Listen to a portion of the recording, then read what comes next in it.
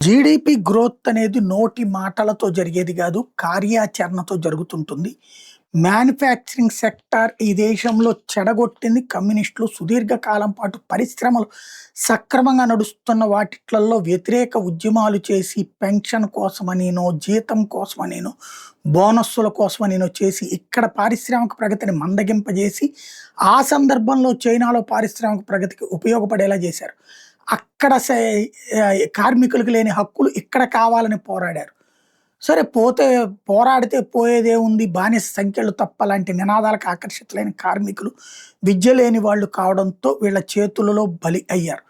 ఇప్పుడు మోడీ వచ్చిన తర్వాత సీరియస్ ఎఫర్ట్ పెడుతున్నారు. మ్యానుఫ్యాక్చరింగ్ సెక్టార్ ఇవన్నీ నడుస్తున్నాయి. అనేక సంస్కరణలు చేసుకొస్తున్నారు. వాస్తవంగా ఇప్పుడు ఇండియా జీడీపీలో లాజిస్టిక్స్ కాస్ట్ 7.97%, చైనాకి 13.9%, మనకంటే ఎక్కువ ఖర్చుకొచ్చింది. ఎందుకు ఇలాగా జరిగింది అంటే మోడీ వచ్చాక. ఇదివరకు మనం ప్రతిదీ అద్దెకే, ఓడలు అద్దెకే, కంటైనర్లు అద్దెకే, ట్రాన్స్పోర్టేషన్ ఇవన్నీ కూడా అద్దెవే. ఇవన్నీ బడా బడా కార్పొరేట్ విదేశీ సంస్థలు నడిపాయి. ఇప్పుడు అది స్వదేశీ వాటిని ప్రోత్సహించడం, లోన్స్ అవన్నీ ఇప్పించడంతో భారతదేశపు లాజిస్టిక్ కాస్ట్ తగ్గింది, చైనా లాజిస్టిక్ కాస్ట్ పెరిగింది.